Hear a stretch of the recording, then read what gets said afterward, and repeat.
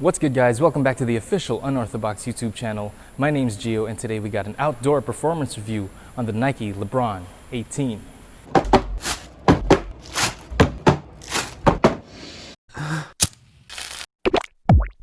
I didn't really see the need to create an initial thoughts video discussing the tech because there are a lot of videos already online, more detailed videos. So if you are more of a visual guy, I suggest you should go to weartesters.com or check out the Wear Testers YouTube channel. There's this old guy over there and he discusses tech like nobody's business. If you like to read and you're on Instagram a lot, I suggest you go to MT Sneaker 101, Sneaker Tech Hobbyist.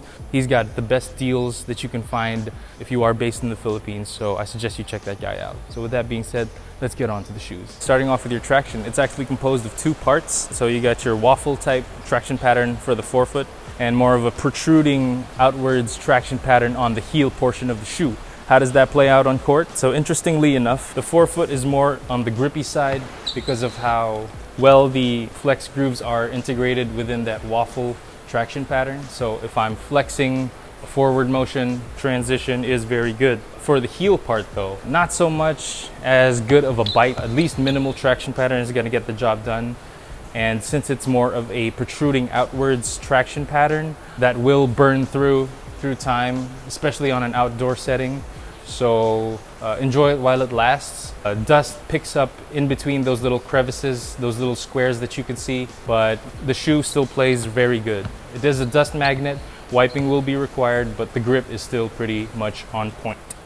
So for the cushion, as you guys might have expected, is the star of the show. The cushion is worth the price admission in and itself. So what I've heard is that this is 3 layers of Nike Air, but it's not to the point where it's too much. You do ride a little bit high off the ground. The tooling of the shoe makes it really good of how much rebound you get from the heel portion. Despite a lot of air still being in the forefoot, you still get that ultimate responsiveness. I would compare it to the responsiveness of a guard shoe. That kind of strays away from how LeBron's used to feel like, where it was like just socked full of cushion, where you couldn't feel the court anymore. This one is a complete like turnaround from that. All right, so moving on to the fit. We are gonna talk about that in a while. Just let me get my little Mr. Rogers section going on.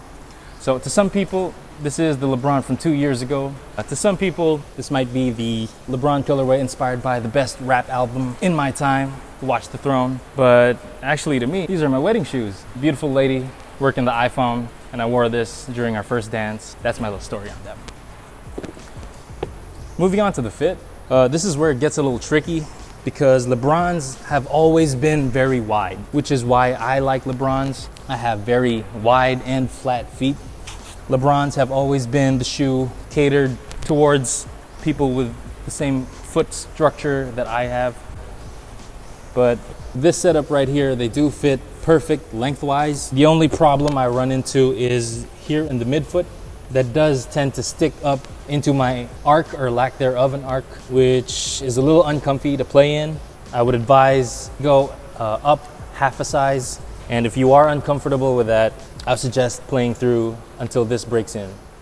All right, so moving on to the materials. It is another highlight of the shoe. Always maintains that sock-like feel, yet still providing that compression that you need for your confidence to play. It's the type of shoe that you want to carry when you're going to the court because of how tight it gets. The laces, elastic nylon. It retracts. It's very thick. I would advise the double knot. How thick they are, you never know when they're gonna unravel on you. And also coupled with the nylon fly wire. So basic fly wire isn't enough for LeBron. Lockdown is further enhanced with how thick the laces are, so your foot is not really moving away from the footbed. On top of that, the materials smell and they feel very premium. So again, that price point of like $200 or 10,000 pesos, you can really see it of how premium the touch is on the shoe.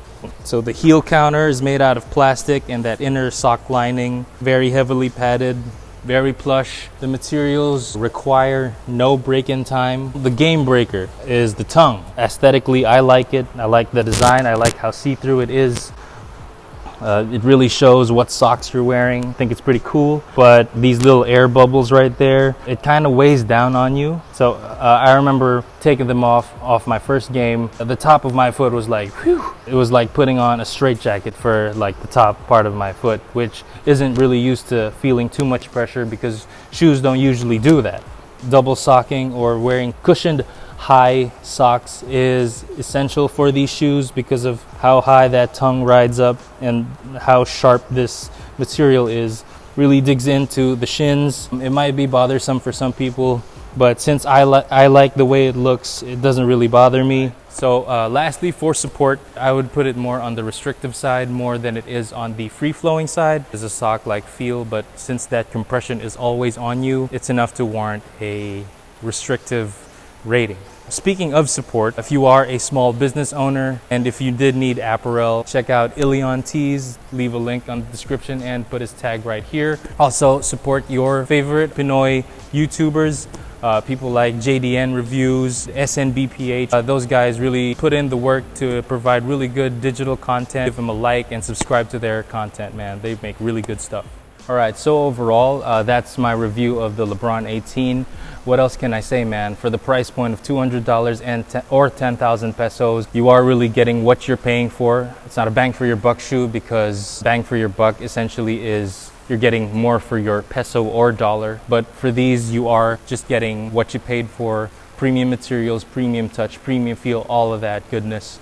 Go for it. All right, so with that being said, that pretty much takes care of the LeBron 18. See you on the next shoe.